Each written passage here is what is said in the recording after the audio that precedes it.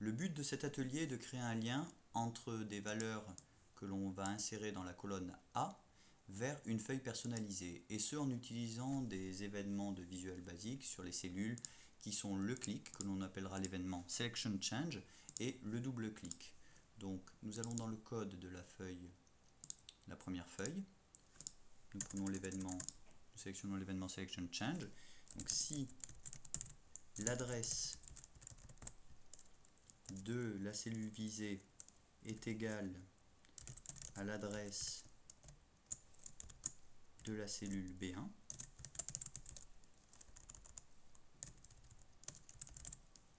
nous afficherons des valeurs qui seront les noms des différentes barres de menu par exemple. Sinon, si la cellule visée est égale à C1,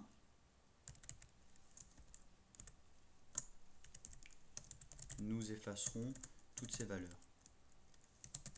Nous finissons par un diff. Ce que nous souhaitons également, c'est ajouter un événement double-clic sur la cellule A1. Donc le double-clic, il est ici. Donc si, toujours pareil, la cellule visée est égale à A1,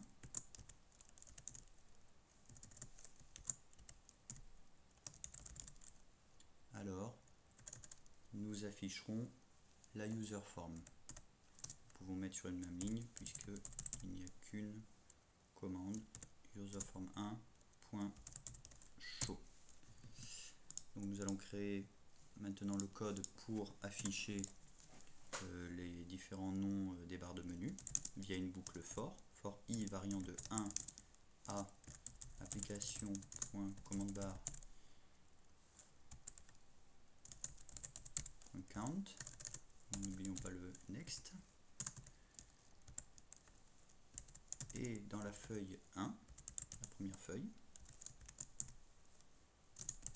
en cellule i plus 1 pour ne pas écraser l'entête de la colonne 1, ça commencera par A2, et bien nous enverrons le nom de la première barre de menu.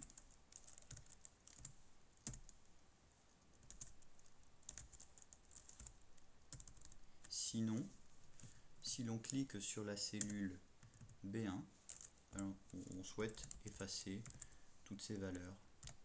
Donc sheets 1, toujours pareil, range A2 pour pas écraser l'entête toujours jusqu'à A500 par exemple, clear content pour effacer le contenu. Regardons ce que ça donne. Nous affichons donc le nom de toutes les barres de menu. Ah, ça ne marche pas. J'ai oublié quelque chose. Oui, j'ai oublié adresse, puisque range C1 renvoie la valeur de C1 et non sa position. Ça devrait marcher. Voilà, maintenant nous allons créer la feuille personnalisée, la user form 1. On va inclure deux labels. Le premier label qui s'appellera nom de la barre de menu dans le caption, et le label 2 donc qui prendra les différentes valeurs d'Excel. Donc on va sortir, effacer label 2, et donc son nom s'appellera label 2. On pourra le manipuler avec ce nom là. Nous allons voir si ça marche. On double-clique. Non, ça ne marche pas. Nous revenons sur feuille A1. Donc quand on double-clique, toujours pareil, j'ai oublié adresse. Ça devrait marcher. Voilà, ce que l'on aimerait maintenant, c'est en double-cliquant dans la feuille personnalisée, elle s'efface. Donc pour ce faire, nous allons dans le code de la user form. Et donc non pas si on clique dessus, mais si on double-clique dessus,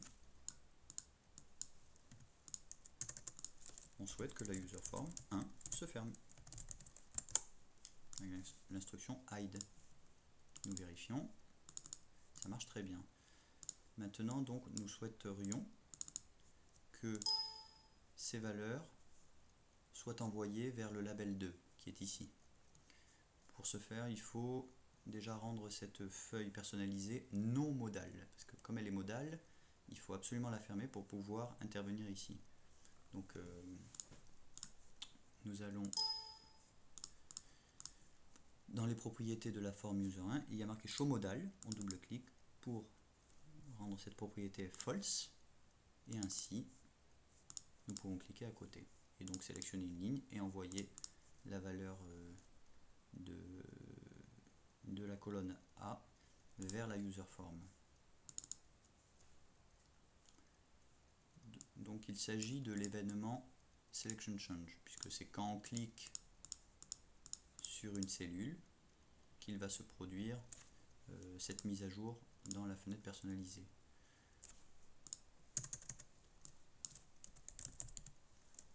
Donc else, et bien userForm